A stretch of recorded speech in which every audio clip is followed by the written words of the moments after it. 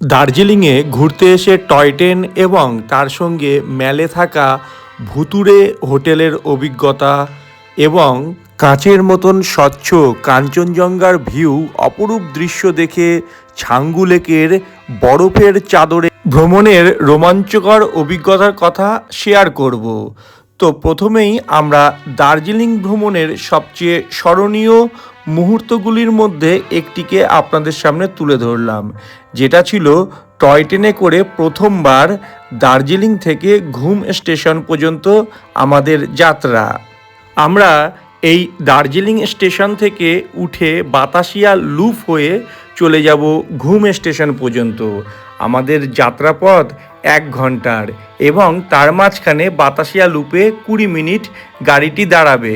তো ট্রেন আসার সঙ্গে সঙ্গেই আমরা আনন্দের সঙ্গে গাড়িতে উঠতে শুরু করলাম। দেখতেই পাচ্ছেন আমার গিন্নি আনন্দের সঙ্গে গাড়িতে উঠে গেল। যাত্রার শুরুতেই প্রকৃতি তার নানা রূপ দেখাতে শুরু করলো। কোথাও নীল আকাশ আর কোথাও উজ্জ্বল রোদ, আবার কিছু দূর যেতেই মেঘ এসে ঢেকে দিল চারপাশ। কখনো পাহাড়ের গা বেয়ে মেঘ নেমে আসছে, আবার মুহূর্তের মধ্যেই সূর্যের আলো সেই মেঘ ভেদ করে চারিদিক সোনালি আভা ছড়িয়ে দিচ্ছে। টয় ট্রেনটি বাতাসিয়া লুপে প্রবেশ করার সঙ্গে সঙ্গে আমরা প্রত্যেকে ট্রেন থেকে নেমে জিনিস কেনাকাটা করতে শুরু করলাম। শহীদের স্মৃতিস্তম্ভটি যেন মাঝখানে গগনকে ডাকছে, আয় আমাকে দেখে যা। সব মিলিয়ে জায়গাটি যেন স্বপ্নের এক ছোট্ট নগরী। সত্যি বলতে বাতাসিয়া লুপের সৌন্দর্য ভাষায় প্রকাশ করা কঠিন। নিজের চোখে না দেখলে তার সৌন্দর্য পুরোপুরি অনুভব করা সম্ভব নয়। এরপর ট্রেন পৌঁছালো ঘুম স্টেশনে, আর ঠিক সেই সময় শুরু হলো প্রবল বৃষ্টি। বৃষ্টির ফোঁটায় ভিজে পাহাড় যেন আরও রহস্যময় হয়ে উঠল। ছাতা হাতে কখনো, আবার কখনো বৃষ্টিকে উপেক্ষা করেই আমি ধীরে ধীরে স্টেশন চত্বরে অগ্রসর হলাম। আনন্দ এতটাই ছিল যে মেঘ বৃষ্টি সব কিছুকেই উপেক্ষা করে আমি এগিয়ে যাচ্ছিলাম। এই ঘুম স্টেশন ভারতের অন্যতম ঐতিহাসিক রেল স্টেশন। সমুদ্রপৃষ্ঠ থেকে প্রায় 7,400 ফুট উচ্চতায় অবস্থিত এই স্টেশন একসময় ভারতের সর্বোচ্চ রেল স্টেশন হিসাবে পরিচিত ছিল। এখনকার ছোট্ট রেল জাদুঘরে টয় ট্রেনের ইতিহাস, পুরনো ইঞ্জিন এবং নানা ঐতিহ্য সংরক্ষিত রয়েছে। পাহাড়ি আবহাওয়ার কারণে কখনো ঘন কুয়াশা, কখনো বৃষ্টি, ঘুম স্টেশনের পরিবেশ সবসময়ই অন্যরকম অনুভূতি এনে দেয়। দার্জিলিং হিমালয়ান রেলওয়ে বা টয় ট্রেনের ইতিহাস আজও অত্যন্ত গৌরবময়। 1879 সালে এই রেলপথ নির্মাণের কাজ শুরু হয় এবং 1881 সালে এটি চালু হয়। পাহাড়ি অঞ্চলে মানুষের যাতায়াত সহজ করার উদ্দেশ্যেই এই রেল লাইন তৈরি করা হয়েছিল। সরু গেজের এই রেলপথ অসাধারণ প্রকৌশল দক্ষতার এক অনন্য নিদর্শন। এর ঐতিহাসিক ও সাংস্কৃতিক গুরুত্বের জন্য 1999 সালে ইউনেস্কো দার্জিলিং হিমালয়ান রেলওয়েকে বিশ্ব ঐতিহ্যের মর্যাদা দেয়। আজও 100 বছরের বেশি পুরনো এই ট্রেন পাহাড়ের বুক চিরে ধীরে ধীরে চলতে চলতে হাজার হাজার পর্যটককে অতীতের এক অনন্য অভিজ্ঞতার স্বাদ দেয়। দার্জিলিংয়ে ঘুরতে গেলে টয় ট্রেন ভ্রমণ না করলে যেন এক অসম্পূর্ণতা থেকে যায়। দিনভর টয় ট্রেনে ঘুরে আমরা এখন আপনাদেরকে নিয়ে যাব দার্জিলিং মেলের সবথেকে ভয়ানক পাইন রিজ হোটেলে। এটা ভুতুড়ে হোটেল নামে পরিচিত বন্ধুরা। এই হোটেলে নাকি ভূতের আনাগোনা লেগেই থাকে। তবে যেই ভূতটিকে দেখছেন সেটি আমি, কারণ আমি একটা শুটিং করছিলাম বাথরুমের মধ্যে। পাইন রিজ হোটেলটা পুরো দার্জিলিং মেলের মাঝখানে অবস্থিত, অর্থাৎ এই হোটেলে থাকলে আপনাকে অনেক নিচ থেকে বারবার ম্যাল ঘুরতে আসতে যে কষ্ট করতে হয় সেটা করতে হবে না। আর পুরনো হেরিটেজ হোটেল এটা। আর এক কথায় বলতে গেলে এত সৌন্দর্য এইখানের থেকে আপনারা দেখতে পারবেন যে অন্য কোনো হোটেলে থাকলে তা উপলব্ধি করতে পারবেন না। দার্জিলিং ম্যালের যদি সম্পূর্ণ সৌন্দর্যতা উপলব্ধি করতে চান তাহলে ঠিক এই রকম একটি হোটেলকে বেছে নিতে পারেন। এবার আসি এই হোটেলের লোকমুখে চলা বা ইউটিউবে বিভিন্ন ভিডিওতে দেখানো ভুতুড়ে গল্পের কাহিনীতে আমরা প্রথমে আপনাদেরকে ম্যালের চারিদিকের অংশ ঘুরিয়ে দেখিয়ে হোটেলের ভেতরকার রূপটাকে দেখাবো। আমরা 218 নম্বরের এই রুমটাকে নিয়েছিলাম। একটু ভালো করে লক্ষ্য করুন, রুমের দরজা একটি এবং সোজাসুজি এই রুমটিকে দেখতে পাচ্ছেন সেটা আমরা নিয়েছিলাম। আর ডান দিকে দেখেন আরেকটি ছোট রুম, এই রুমটাতে আমাদের আরেকটি পরিবার ছিল। তো আমরা দুটো রুমকে বেছে নিয়েছিলাম। চারিদিককার অংশগুলোকে ভালোভাবে পর্যবেক্ষণ করুন। এখানে শীতের জন্য রাতে আগুন জ্বালানোর ব্যবস্থা রয়েছে। আর ওভারঅল হোটেলগুলো খুবই পরিষ্কার। কিছু কিছু হোটেলের রুমে পুরনো আসবাবপত্র রয়েছে। এক একটা দরজার ছিটকানি প্রায় 1 থেকে 1.5 হাত লম্বা, সেই আগেকার দিনের পেতলের ছিটকানি, মোটা মোটা ছিটকানি। মানে সমস্ত কিছু এখনও আধুনিক হতে পারেনি। সমস্ত কিছু যে পৌরাণিকও রয়েছে তা নয়, কিছু রদবদল হয়েছে। হোটেলের মধ্যে ঢুকতেই আপনারা লক্ষ্য করবেন নিচে কাঠের পাটাতন রয়েছে। অনেক সময় অনেক ইউটিউবের ভিডিওতে আমি দেখি যে এই ডাইনিং টেবিল কিংবা আলমারি নড়ে যায়। আমি লক্ষ্য করে দেখলাম যখন আমি কাঠের পাটাতন থেকে পায়ের জুতো দিয়ে চাপ মারছি তখন অনেকাংশে আলমারিটা হেলছে। অনেকের ধারণা হতে পারে যে রাতের বেলায় হাঁটছি আর আলমারিটা নড়ছে। বন্ধুরা, এরকম কিন্তু নয়। আসলে নিচের যে কাঠের পাটাতনটা রয়েছে সেখান থেকে চাপ পড়লে আলমারিটা নড়ে। জানলা খুললে আপনারা সুন্দর দার্জিলিং ম্যালের দৃশ্য দেখতে পারবেন। দার্জিলিং ম্যাল থেকে পাইন রিজ হোটেল যদি আপনারা বুক করেন তাহলে ঢুকতেই আপনারা হোটেলের যে রূপটিকে দেখতে পারবেন সেটাকে একবার আপনাদের সামনে তুলে ধরি। কারণ আপনারা যারা ঘুরতে আসেন অনেকেই এই হোটেলটিকে খুঁজে পান না। পাইন রিজ হোটেলে ঢুকতেই আপনারা দেখবেন যে সুন্দর সুন্দর গাছ রয়েছে এবং পুরনো ফার্নিচার রয়েছে, আমাকে আয়নাতে দেখতে পাচ্ছেন। আর ম্যালের পাশ থেকে দেখেন কত মানুষ হেঁটে যাচ্ছেন। এবার আমি সমগ্র জায়গাটিকে একবার আপনাদেরকে ঘুরিয়ে দেখাবো ঠিক জায়গাটি কীরকম। তারপর আমি ধীরে ধীরে সিঁড়ি বেয়ে ওপরে দিকে যাব। তো বন্ধুরা, দেখতেই পাচ্ছেন পুরনো সব আসবাবপত্র হোটেলের সামনে রয়েছে। এখনও পর্যন্ত যেগুলি 100-150 বছরের পুরনো ফার্নিচারও রয়েছে এইখানে। শোনা যায় এই হোটেলকে ঘিরে বহু রহস্যময় গল্প প্রচলিত রয়েছে। সবচেয়ে বেশি যে গল্পটি শোনা যায় তা হলো বহু বছর আগে একজন ইংরেজ মহিলা নাকি এই হোটেলের একটি বাথরুমে মারা গিয়েছিলেন। তবে এই ঘটনার কোনো নির্ভরযোগ্য ঐতিহাসিক প্রমাণ নেই। আমি যখন ধীরে ধীরে হোটেলে প্রবেশ করছি ভেতরকার সিঁড়িগুলো দিয়ে, তখন অদ্ভুতভাবে ইউটিউবে এত ভিডিও দেখেছি, তার জন্যই হোক বা যেই কারণেই হোক শরীরটা একটু ভারী হয়ে আসছিল, গাটা ছমছমে ছিল। হঠাৎ করে যখন ওপরকার পৌরাণিক আয়নাটিকে দেখি তখন নিজের ছবি দেখেই হট করে একটু দ্বিধাগ্রস্ত হয়ে পড়ি। তো ধীরে ধীরে আমি ওপরের দিকে প্রবেশ করলাম এবং এত সুন্দর হোটেলের বর্ণনা যে শুনেছি সত্যিই তা মুগ্ধকর। এমন সব এখানকার আসবাবপত্র রয়েছে যেগুলি অতি প্রাচীন।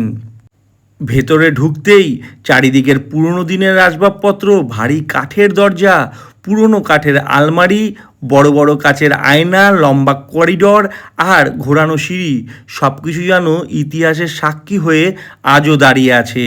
প্রতিটি কোণায় এক ধরনের নীরবতা যা রাত বাড়ার সঙ্গে সঙ্গে আরও গা ছমছম হয়ে ওঠে। আমাদের ঘরটিও ছিল একটু অন্যরকম। একটি দরজা দিয়ে ঢুকেই দেখা গেল পাশাপাশি দুটো বিশাল ঘর, যা ভিডিওতে আপনাদের আমি দেখিয়েছি। এবং সিঁড়ির এক একটা কোণায় বসার জায়গা ছিল। সেখানে যদি কোনো মানুষ বসে থাকে আর হট করে কোনো মানুষ সিঁড়ি দিয়ে উঠে তাদের দিকে তাকায়, আচমকা চমকে যাবে। এখানেও অনেক মানুষের ক্ষেত্রে তাই হয়েছিল, কারণ তারা অনেক ধরনের ভিডিও এবং অনেক ধরনের প্রচলিত কথা শুনে এই হোটেলটিকে বুক করেছিল। আজকালকার হোটেলের দুটি রুম মিলিয়েও এত বড় হয় না যেটি আমাদের এই হোটেলের মধ্যে বাথরুম ছিল। 16x16 রুম আর একটা আয়না ছিল যা বিশাল বড়। এই রুমটিতে আগে বাথটব ছিল, যেখানে স্নান করা হতো, বড় চীনামাটির বাথটব, এখন আর সেখানে নেই। একটা সত্যি কথা বলে রাখি বন্ধুরা, ভোর 3:30-র সময় বা 4টে হবে এমন সময় যখন উঠে আমি ভিডিও করতে যাই, আমি কিন্তু ভিডিও করতে পারিনি। 218 নম্বর রুমটিকেই আমি নিয়েছিলাম। বাদিকের সবথেকে বড় বাথরুমটি কিন্তু গা ছমছমে। হয়তো আমার ভেতরকার ভয়, বারবার করে ইউটিউবে ভিডিও দেখেছি তার জন্যই বলতে পারেন, কিন্তু রাতে ঘুমিয়েছি অনায়াসে, কোনো অসুবিধা হয়নি, সমস্ত কিছু ঠিকঠাকই ছিল। আর এই হোটেলের মধ্যেই রয়েছে সুন্দর একটি রেস্টুরেন্ট, যেখানকার খাবার দাবার অত্যন্ত গুণগত মানের। এখানে প্রচুর মানুষ হোটেল বুক না করলেও এখানে খেতে আসেন। তো চলুন একবার আপনাদেরকে ঘুরিয়ে দেখাই এই রেস্টুরেন্টটিকে। রেস্টুরেন্টটির 2টো ফ্লোর রয়েছে, একটা গ্রাউন্ড ফ্লোর আর একটা ফার্স্ট ফ্লোর। ফার্স্ট ফ্লোরের উপরেও আপনারা বসে খাওয়া দাওয়া করতে পারেন, আবার নিচে বসেও খাওয়া দাওয়া করতে পারেন। এখানে সব ধরনের আইটেম আপনারা পেয়ে যাবেন। তো আমরা এখানেই খাবার অর্ডার দিই। একটা কথা বলে রাখি, অন্যান্য জায়গায় যেমন খাবারের মূল্যটা কম, এখানে কিন্তু অত্যন্ত বেশি, কিন্তু খাবার দাবার যথেষ্ট ভালো। রেস্টুরেন্টটিকে খাবার দাবার আমরা অর্ডার দিয়ে ধীরে ধীরে ওপরের দিকে উঠি এবং দেখে নিই ওপরের অংশটা ঠিক কীরকম।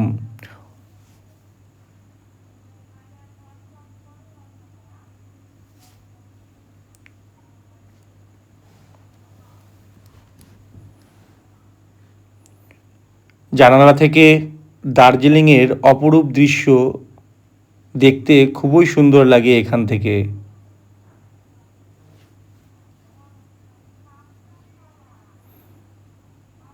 ম্যালের মধ্যে একটা হেরিটেজ হোটেল আর এত সুন্দর রেস্টুরেন্ট পেলে আর কোনো কথাই থাকে না। তো আমাদের গরম গরম খাবার চলে এসেছে বন্ধুরা, দেখতেই পাচ্ছেন। সত্যি খুবই সুন্দর, পরিষ্কার পরিচ্ছন্ন খাবার দাবার এখানে, কিন্তু দামটা অত্যাধিক বেশি। পুনরায় একবার আমাদের রুমটাকে দেখাচ্ছি। এটা হচ্ছে আমাদের বাথরুমের আয়তনটা দেখলেই বুঝতে পারবেন। ঠিক এই জায়গাটাতে আমি যখন রাত 4টে ভোর 4টের দিকে এসেছিলাম, তখন আমি ভিডিও তুলতে পারিনি, আর কারেন্ট অফ হয়ে গেছিলো। আমাদের বাথরুম এবং ঘরের মধ্যে কারেন্ট ছিল না, অথচ আমাদের পাশের ঘর, যেটা এর আগে আমি দেখিয়েছি, সেই ঘরটাতে কিন্তু কারেন্ট ছিল অদ্ভুতভাবে। কারণ এই সব রুমগুলোতেই একটু অঘটনার কথা শোনা যায়। এবার এখানকার বিখ্যাত হোপ, যেখানটায় প্রচুর মানুষ এখানে ফটো, সেলফি, ভিডিও তোলে এবং খাবার দাবার খায়, সেই জায়গায় আমরা চলে এসেছি বন্ধুরা। এখান থেকে আমরা প্রচুর জিনিস কিনি এবং খাই, আর প্যাকেটিং করে নিয়ে চলে আসি। ওপরে উঠে আমরা চা, কফি, পকোড়া, ইভেন আরও বিভিন্ন স্ন্যাক্স জাতীয় জিনিস খাই। আপনারাও ঘুরতে আসলে ঠিক এই জায়গাটিতে বেছে নিতে পারেন, কারণ এটি খুবই ঐতিহ্যবাহী।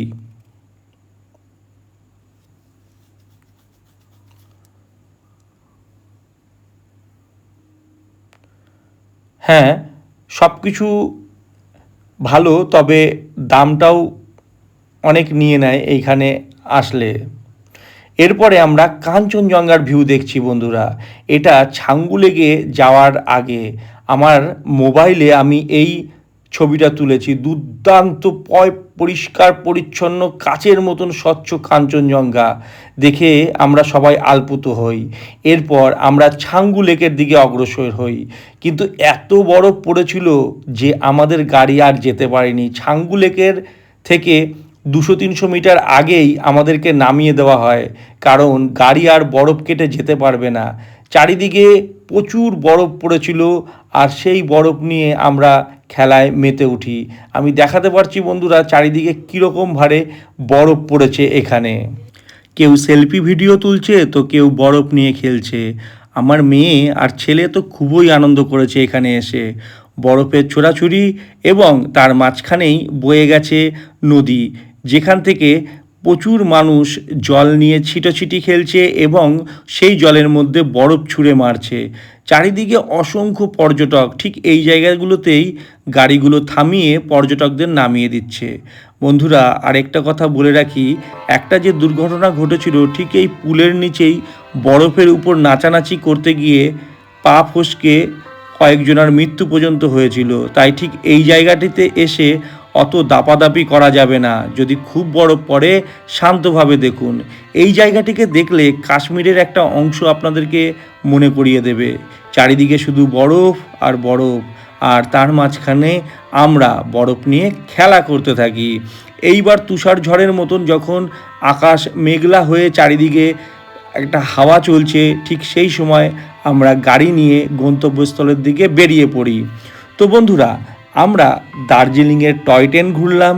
সুন্দর যে দার্জিলিং ম্যাল রয়েছে সেইখানে ম্যালের সৌন্দর্য এবং ভুতুড়ে হোটেলের বর্ণনা দিলাম। যদিও সেটা ভুতুড়ে নয়, ওটা হেরিটেজ হোটেল, কোনো ভুতুড়ের ভৌতিক ব্যাপার নেই। তাই যারা আপনারা ভূত বলে বিশ্বাস করেন সেটা কিন্তু নেই। কিন্তু ইউটিউবে যদি অনেক ভিডিও দেখে যান তাহলে কিন্তু আপনাদের একটা ভয় ভয় ভীতি থাকবে। তো আপনারা ঠিক এইভাবে ট্যুর প্ল্যান করে যদি আসতে পারেন, একবারে আপনার দার্জিলিং ঘোরা হয়ে যাবে, দার্জিলিংয়ের ম্যাল ঘোরা হয়ে যাবে এবং তারপর আপনারা সিকিমের ছাঙ্গু বরফ দেখে একদম বন্দে ভারত ট্রেনে করে পৌঁছে যান বাড়ি। তো আমাদের গাড়িও ঢুকে গেছে বন্ধুরা। বন্দে ভারত ট্রেন চালু হওয়ার প্রায় 3 মাস পরে আমরা প্রথমবার এই ট্রেনে উঠছি, কারণ এর আগে টিকিট কাটার সুযোগ পাইনি।